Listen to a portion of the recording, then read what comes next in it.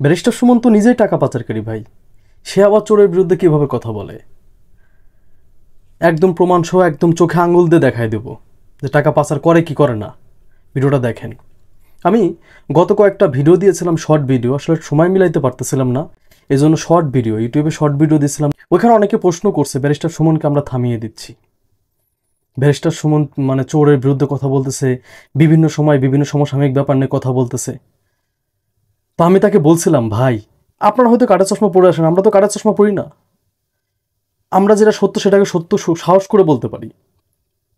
Barrister Suman এই মানে ইয়ারিন আজিজ রেনিংয়ের কথা বলে, মতিউর ছাগল কাণ্ডের যে মতিউর চোরকে নিয়ে কথা বলে, তারপরে হচ্ছে বেনজির আহমেদকে নিয়ে কথা বলে, কিন্তু এই প্রধানমন্ত্রীর ক্ষমতা আসার পিছে কয়েকটা ব্যক্তির হাত আছে, যেমন সালমানিক রহমান, এস আলম গ্রুপের যে মালিক ইনি।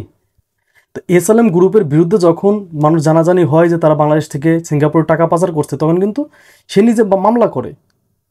তো আমি বলছিলাম যে এস আলম গ্রুপের বিরুদ্ধে যে মামলাটা করলেন, এই বেনজির আহমেদ, এই মতিচোরের মতো লোকদের নিয়ে কথা বলার প্রয়োজন নেই। আগে এস আলম গ্রুপের বিরুদ্ধে যে মামলা করছেন, সেই মামলার কি অবস্থান সে আমরা জাতি জানতে চাই। আমি কি ভুল কিছু বলছি? এখানে আপনারা গালি দিচ্ছেন, আপনারা বলতেছেন যে ব্যারিস্টার সুমনকে থামাই দেওয়া হবে, হ্যান করা হবে, ত্যান করা হবে। ভাইরে, যেটা সত্য সেটা তো বলতে হবে। এস আলম গ্রুপের ব্যাপারে সে চুপ কেন? কেন চুপ একবার প্রশ্ন করছেন? দেখেন, বাংলাদেশের অবস্থা হচ্ছে, যদি মাইক্রোফোন ক্যামেরা কারো সামনে চলে আসে, নীতিবাক্য সবাই ঝাড়তে পারে। বুঝতে পারছেন? নীতিবাক্য সবাই ঝাড়ে, কিন্তু কাজের কাজ কেউ করে না। আর আমরা আপনাদের মতো কাটা চশমা পরা না, আমরা সঠিক জিনিস দেখতে পারি। বুঝতে পারছেন? এজন্য সত্য কথা খুব সাহস করে বলতে পারি। তো ব্যারিস্টার সুমন যেসব ব্যাপার নিয়ে কথা বলছে, ওকে গুড, সে তার এলাকাতে ভালো কাজ করতেছে, নদী পরিষ্কার করতেছে, কত টাকা বাজেট হয়েছে এই কথাগুলো বলতেছে, এটার জন্য তাকে মানুষ মেরে ফেলানোর প্ল্যান করতেছে, সেটা অবশ্যই সে মিডিয়ার সামনে বলতেছে যে আমাকে মেরে ফেলানোর পরিকল্পনা চলতেছে। হ্যাঁ, এটা স্বাভাবিক, কারণ আনারের মৃত্যু তো হয়েছে, আপনারা জানেন। বর্তমান আওয়ামী লীগের অবস্থান তো এটা, যে কারো যদি দাবাইতে হয় জনপ্রিয় ব্যক্তিকে, তাকে সরাই দেওয়া ছাড়া কোনো অপশন নাই। এটাই তো হইতেছে। তো তাকে শুধু সে না, বাংলাদেশের 300 আসনের সব এমপি এই ঝুঁকিতে আছে, সংসদে যতগুলা সংসদ সদস্য আছে সবার একই ঝুঁকিতে আছে, সবার একই ঝুঁকিতে আছে। তাহলে আমার কথা হচ্ছে যে আপনি যে যেসব ব্যক্তি সামনে আসে দুর্নীতি করে তাদেরকে নিয়ে কথা বলেন, কিন্তু এই যে এত এত টাকা পয়সা পাচার হয় এইগুলো নিয়ে কেন কথা বলেন না? এই টাকাটা কোথায় যায়? হ্যাঁ, কিছু হইলে তারেক রহমানের প্রসঙ্গ টেনে নিয়ে আসেন, তারেক রহমান টাকা পাচার করছে, বিএনপির আমলে এ হয়েছে সে হয়েছে। বাইরে বিএনপির আমল তো কত আগেই গেছে, সে বাপদাদার আমল। হ্যাঁ, বিএনপি শাসন আমল আমরা অনেকেই দেখি নাই, কিন্তু বর্তমান লাস্ট 15 বছরে যে ঘটনা ঘটছে এটা নিয়ে তো কথা আপনি সবাইকে বলেন। সংসদে যে এমপিগুলো আছেন তারাও তো পাচার করে, সবার বাড়ি আছে, সবার ছেলে সন্তান আমেরিকাতে পড়ে। আচ্ছা, যেই মানুষটা ছেলে সন্তান আমেরিকাতে, ইউরোপে পড়ে, সাপোজ পড়ালেখা করে, সেই লোকটা কি ওইখানে চাকরি করে? না, তার সেখানে ব্যবসা আছে। সে যদি ব্যবসাও করে, টাকাটা তো বাংলাদেশ থেকে গেছে, তা কোনো না কোনোভাবে তো সে টাকা পাচারের সাথে জড়িত, কম হোক আর বেশি হোক, জড়িত না? তাই এটা নিয়ে কথা কেন বলেন না? এখন 300 আসনের কথা আমি বাদ দিই, ব্যারিস্টার সুমন সাহেব যে এত বড় বড় কথা বলে, ব্যারিস্টার সুমনের কথা বলি, সে টাকা পাচারের সাথে কিভাবে জড়িত? তার ছেলে সন্তান কোথায় থাকে? তার বাচ্চারা আমেরিকা কানাডাতে পড়ালেখা করে, তার বাচ্চারা তো চাকরি করে না, তার ওয়াইফ তো জব করে না, ওইখানে জব করে। তা বাংলাদেশ থেকে টাকাটা ইনকাম করে তো ওইখানে পাঠানো হয়, টাকা তো আর পাঠানো হয় না। এই টাকাটা কোনো না কোনোভাবে ওখানে ডলার হয়। আমেরিকা, ইউরোপ, আমেরিকাতে যদি একটা পরিবার থাকে, মিনিমাম 2 লক্ষ টাকা খরচ আছে না প্রতি মাসে? মিনিমাম সর্বনিম্ন খরচ 2 লক্ষ। 2 লক্ষ টাকা যদি হয়, এখানে তো $2000। তা প্রতি মাসে যে লোকটা $2000 বাংলাদেশ থেকে বাইরের দেশে দিচ্ছে, সে তো লিগেল হইতে দিচ্ছে না, কোনো না কোনোভাবেই দিচ্ছে। হুম, আপনি সমাজের এত কিছু নিয়ে কথা বলেন, ভাই শিক্ষাই জাতির মেরুদণ্ড, শিক্ষা খাতকে নিয়ে কথা বলেন না কেন? এটা নিয়ে আপনি কথা বলবেন না তো? শিক্ষা খাতকে নিয়ে কথা বলবেন না কেন?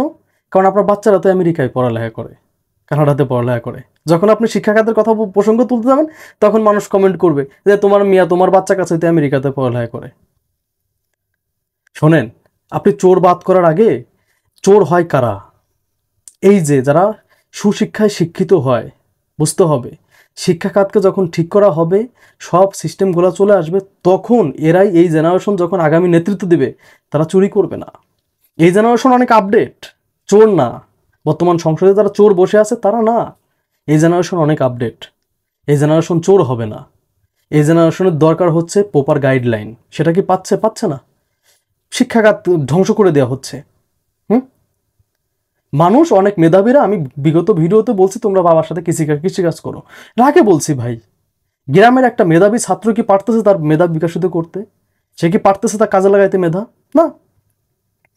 টাকার জন্য জব করতে পারতেছে না, একটা মাস্টারি চাকরি করবে। আচ্ছা, আমার স্কুলের কথা বলি, একজন শিক্ষক, তার কোনো ডিগ্রি ছিল না, সে কিন্তু আমাকে পড়াইছে, আমার শিক্ষক ছিলেন, তার কোনো ডিগ্রি ছিল না। পরে যখন জানতে পারলাম তাকে নাকি বরখাস্ত করা হয়েছে স্কুল থেকে। সে আমাকে শিক্ষা দিয়েছে, তার কোনো ডিগ্রি ছিল না। তা তার জায়গায় কি ভালো মানুষ আসতে পারতো না? সে কেন চাকরি পাইছিল? কারণ সে ঘুষ দিয়েছিলেন। এটাই সিস্টেম। আপনি শিক্ষা খাতকে নিয়ে কথা বলেন, আর ব্যারিস্টার সুমন সাহেব কিভাবে টাকা পাচার করে বুঝতে পারছেন? সে তার ছেলে সন্তানকে যে প্রতি মাসে খরচটা পাঠায়, কিভাবে পাঠায়? এটা ব্ল্যাক মানি হয়ে তো যায়। এই জিনিসটা থিঙ্কিং কেন করেন না? চোখে আঙ্গুল দিয়ে জিনিসটা দেখাই দেন যে আপনার সন্তানের যে প্রতি মাসে 2 থেকে 3 লক্ষ টাকা খরচ হয়, সে টাকাটা কিভাবে পাঠান আপনি? এ তো বাংলাদেশ থেকেই যায়। আপনার সন্তান তো ওখানে জব করে না, আর আপনি যদি ওখানে ব্যবসাও থাকে আপনার, সেই ব্যবসাটাও তো এই দেশের টাকা দিয়েই করছেন। তাহলে সব কিছু মিলে তো সেও তো টাকা পাচারের সাথে জড়িত। এই কথাগুলো কেন বলেন না? 300 জন এমপি টাকা পাচারের সাথে জড়িত, তার ছেলে সন্তানরা বাইরে পড়ালেখা করে, প্রতি মাসে টাকাটা যাচ্ছে না? ফুটে ফুটে পড়ে কলসে মানেন, একটা কথা আছে না? ছোটবেলায় এই প্রবাদ বাক্যটা অনেক শুনেছি। আজকে ব্যারিস্টার সুমনের মতো লোক যদি $2 থেকে 3,000 বাংলাদেশ থেকে প্রতি মাসে দেয়, এরকম অনেক টাকা বাংলাদেশ থেকে যায়। দেশের আর মানুষ কি করলো কোনো কিছু যায় আসে না, তাদের সন্তানকে সুশিক্ষায় শিক্ষিত করতে হবে। তাদের সন্তানরা কি শিক্ষিত হয়ে বাংলাদেশে আসবে? বাংলাদেশের টাকা দিয়ে পড়ালেখা শিখতে তারা কি বাংলাদেশে আসবে শিক্ষিত হয়ে বাংলাদেশকে সার্ভ করতে? কখনোই না। শুদ্ধ বাংলায় বলতে পারে না অনেকের সন্তান। বাহ, তারা আবার বাংলাদেশের ভাগ্য নিয়ে কথা বলে, লজ্জা লাগে। এই জাতির কবে মুক্তি হবে? ধন্যবাদ, সবাইকে ভালো থাকবেন। আসসালামু আলাইকুম।